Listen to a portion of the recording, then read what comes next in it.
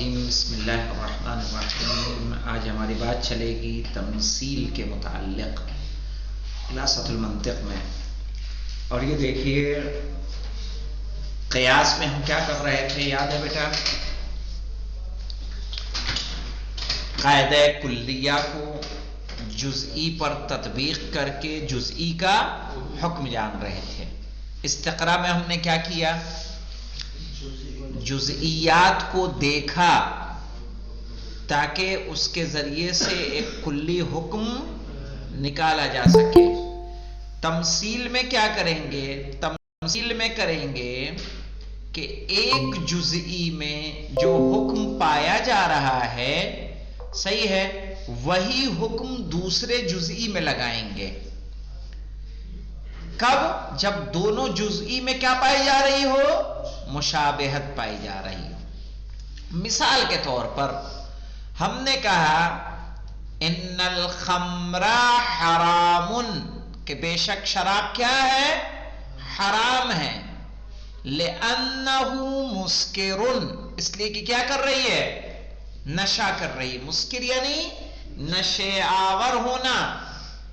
تو اب ہم نے دیکھا کہ کوئی شراب کے علاوہ بھی کچھ چیزیں ایسی ہیں جو کیا کر رہی ہیں؟ نشہ کر رہی ہیں۔ مثلا نبیذ، نبیذ کہتے ہیں جو کی شراب کو۔ نبیذ بھی کیا ہے؟ مسکر ہے۔ کہہ رہے ہیں لأنه نبیذ ایضا مسکر فهو ایضا حرام، اس لیے کہ شراب میں اور نبیذ میں کیا شباہت پائی جا رہی ہے؟ دونوں کیا ہیں؟ مسکر ہیں۔ تو سمجھ میں آیا؟ استقراء میں ہمارے پاس قاعدہ کلیہ ہے، کلی قاعدے کا کل من یشرب الخمر فاسق، اس کی تطبیق کر کے ہمیں خالد کا حکم جاننا ہے، اس لیے کہ وہ بھی کیا کرتا ہے؟ یشرب الخمر۔ استقراء میں ہم نے کیا کیا؟ بہت سارے جزئیات کو دیکھا اور جزئیات کو دیکھ کے قاعدہ کلیہ کو ہم نے حاصل کیا، وہی قاعدہ کلیہ جس کو ہم قیاس میں کیا کرتے ہیں؟ استعمال کرتے ہیں۔ تمثیل نام سے ہی سمجھ میں آ رہا ہوگا، یعنی مثال سے لیا گیا ہے کہ جہاں جزئی ہوگا کلی نہیں ہوگا، لیکن جہاں جو دو جزئی میں ایک چیز کیا ہو؟ کامن ہو۔ جیسے شراب اور نبیذ میں کیا چیز کامن ہے؟ کہ وہ بھی نشہ کرتی ہے اور یہ بھی نشہ کرتی ہے۔ تو اگر شراب حرام ہے تو یہ بھی کیا ہو جائے گا؟ حرام ہو جائے گا۔ سمجھ میں آیا مولانا؟ دیکھیے مولانا، التمثیل، تمثیل یہ کس باب سے لگ رہا ہے تمثیل آپ کو؟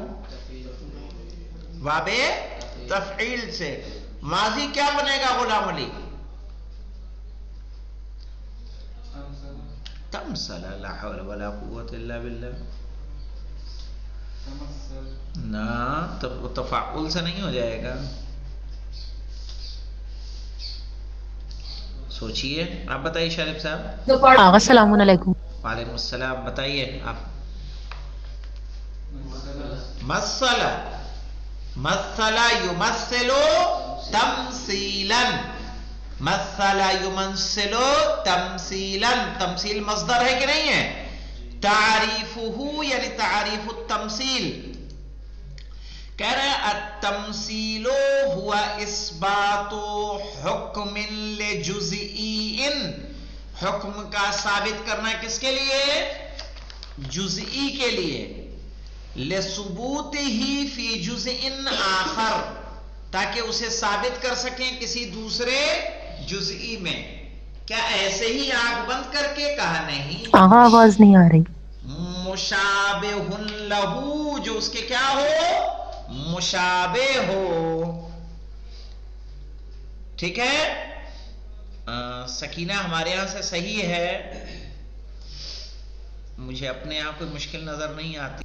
کہہ رہے ہیں ہوا اثبات حکم جزئی، حکم لجزئی، صحیح ہے، کسی جزئی کے لیے حکم کا ثابت کرنا، لثبوتہ فی جزء آخر، جبکہ وہ پہلے سے ثابت ہو چکی ہو کسی دوسرے جزئی میں۔ کیوں مولانا؟ کیونکہ پہلا جزئی دوسرے جزئی کی کیا ہے؟ مشابہ لہو، اس کے مشابہ ہے۔ مثال آئیے دیکھیے، کا اثبات حکم حرمت الخمر، جیسے کہ شراب کے حرمت کا حکم ثابت کرنا، للنبیذ کس کے لیے؟ نبیذ کے لیے۔ نبیذ کس کو کہیں گے؟ جو کی شراب کو۔ کیوں ثابت کریں گے مولانا شراب کا حکم نبیذ پر؟ کہا لِأَنَّهُ يُشْبِهُ الْخَمْرَ فِي الْإِسْكَارِ، اس لیے کہ یہ مشابہ ہے شراب سے کس چیز میں؟ اسکار میں، یعنی نشے میں۔ ارکانہ، اس کے ارکان کیا ہے مولانا؟ لِلتَّمْثِيلِ أَرْكَانٌ لَا يَتِمُّ الْإِسْتِدْلَالُ بِهِ، لِلتَّمْثِيلِ أَرْكَانٌ، تمثیل کے کچھ ارکان ہیں، لا يتم الاستدلال به، اس کے ذریعے سے استدلال تب تک مکمل نہیں ہوگا الا عند توفرها، سوائے جب اس کے وہ سب کیا ہو اس میں پائے جائیں، وہ ارکان اس میں ہوں گے تبھی کیا ہوگا؟ استدلال مکمل ہوگا۔ وہی الاصل، اصل معلوم کس کو کہتے ہیں مولانا؟ اصل کہتے ہیں جس کا حکم آپ کو پتا ہے، فرع کہیں گے جس کا حکم آپ کو جاننا ہے۔ سمجھ میں آئی بات؟ جیسے شراب کا حکم پتا ہے کہ وہ کیا ہے؟ حرام ہے۔ تو آئیے دیکھیے اصل کیا ہے؟ وَهُوَ الْجُزْئِي، وہ جزئی، المعلوم ثبوت الحکم لہو، کہ جس کا حکم ہمیں کیا ہے؟ پہلے سے ثابت ہے اور معلوم ہے۔ کالخمر فی المثال المذکور، جیسے کہ ہماری ذکر شدہ مثال میں کون ہے؟ خمر ہے، خمر۔ الفرع مولانا کہنا ہے وَهُوَ الْجُزْئِيُّ الْمَطْلُوب، وہ جزئی جس کا ہمیں حکم جاننا ہے، اثبات الحکم لہو، صحیح ہے، جس کا ہمیں حکم ثابت کرنا ہے، کالنبیذ، جیسے کہ جو کی شراب، فی المثال المذکور، ہمارے ذکر شدہ مثال میں، اس لیے کہ ہمیں شراب کی حرمت کا پتہ ہے، نبیذ کی حرمت کا پتہ نہیں ہے۔ تیسری شے جو آتی ہے جو اس کا رکن ہے غلام علی، وہ کیا ہے؟ جامع۔ جامع کس کو کہتے ہیں؟ جامع وہ ہوتا ہے کہ جو شراب اور نبیذ کو کیا کر رہا ہے؟ جمع کر رہا ہے، دونوں کو ایک کر رہا ہے۔ وہ کیا ہے؟ اسکار، کہ شراب بھی اسکار مسکر ہے اور نبیذ بھی مسکر ہے۔ سمجھ میں آئے بات بھنگور؟ الجامع کا وہو جہت المشابہتی بین الاصل والفرع، کہہ رہے وہ جہت جو مشابہ ہو کس کے؟ اصل اور فرع کے، صحیح ہے۔ کل اسکار فی المثال المذکور، جیسے کہ اسکار ذکر شدہ مثال میں۔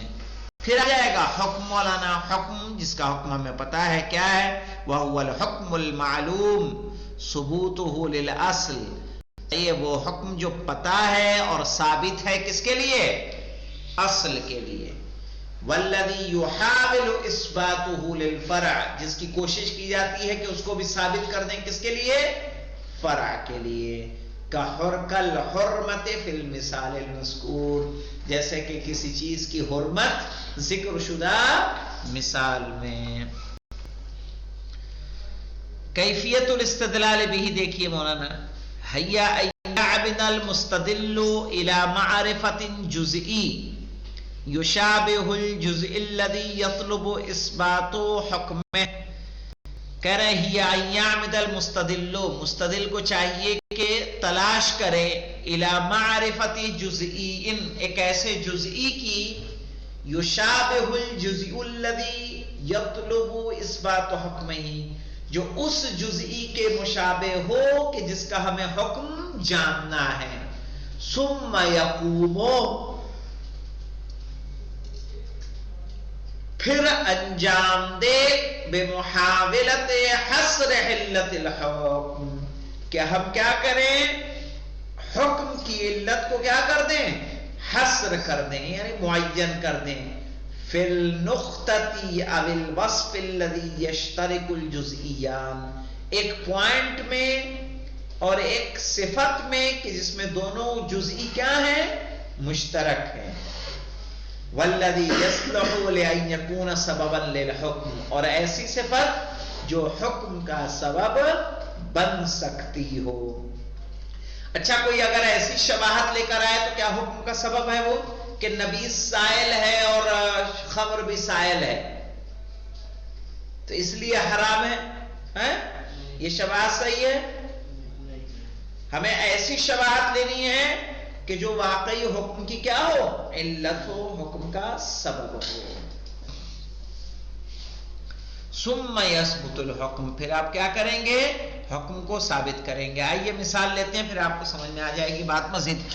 يعمد المستدل وهو يريد معرفة حکم شرب النبیذ، کہ استدلال کرنے والا ارادہ کرے اور وہ ارادہ کیا ہے کہ وہ جاننا چاہے نبیذ کے پینے کا حکم، الى معرفة ما يشابهه في بعض اوصافه. صحیح ہے، کیونکہ وہ جانتا ہے کہ کچھ چیزیں مشابہ ہیں کچھ اوصاف میں، التی تصلح لان تکون سببا للحکم، کہ جو اس قابل ہیں کہ وہ حکم کا سبب بن جائیں. وہو الخمر، اور وہ کیا ہوگا، خمر ہوگا. ثم یقوم بمحاولت حصر سبب حرمت شرب الخمر، پھر کوشش کرے گا کہ حصر کرے، فکس کر دے شراب کے حرام ہونے کا سبب کیا ہے، اسکار، اس میں معین کر دے کہ شراب کے حرمت کا سبب کیا ہے، مسکر ہونا ہے. من بین الاوصاف المشترکۃ بین الوصف بین الخمر والنبیذ، ان تمام صفات کے درمیان جو مشترک ہیں نبیذ اور خمر کے. لأن الاسکار یصلح لأن یکون سببا للحرمہ، اس لیے کہ اسکار اس قابل ہے کہ وہ سبب بن جائے کس چیز کے، حرام ہونے کا. ثم ينتہی بعدها، پھر نتیجے پر پہنچے گا اس کے بعد، الى ان الاسکار الذي هو سبب لحرمت شرب الخمر. صحیح ہے کہ اسکار ہی سبب ہے شراب کے حرام ہونے کا، موجود فی النبیذ، اور یہ صفت موجود ہے کس میں، نبیذ میں بھی. اور اسی بنیاد پہ فیرتب علیہ، ایک نتیجہ معین کرے گا کہ ان حکم شرب النبیذ، کہ نبیذ کے پینے کا حکم، هو الحرمت ایضا، وہ بھی کیا ہوگی، حرام ہوگی. لأنه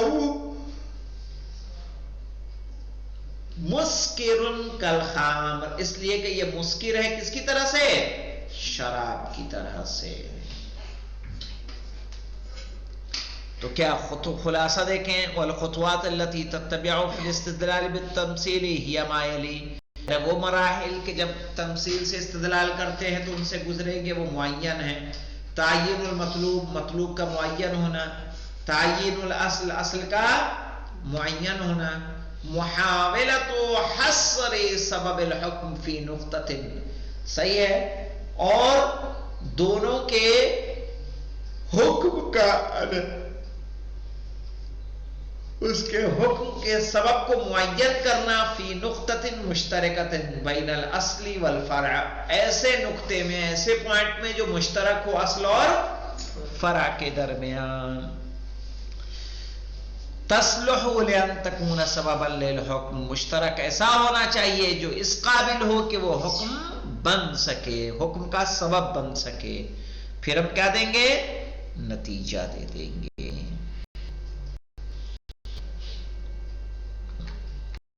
اب باقی بچتا ہے ہمارا اہمیت و تمثیل. تو تمثیل سمجھ میں آیا کیا ہے مولانا،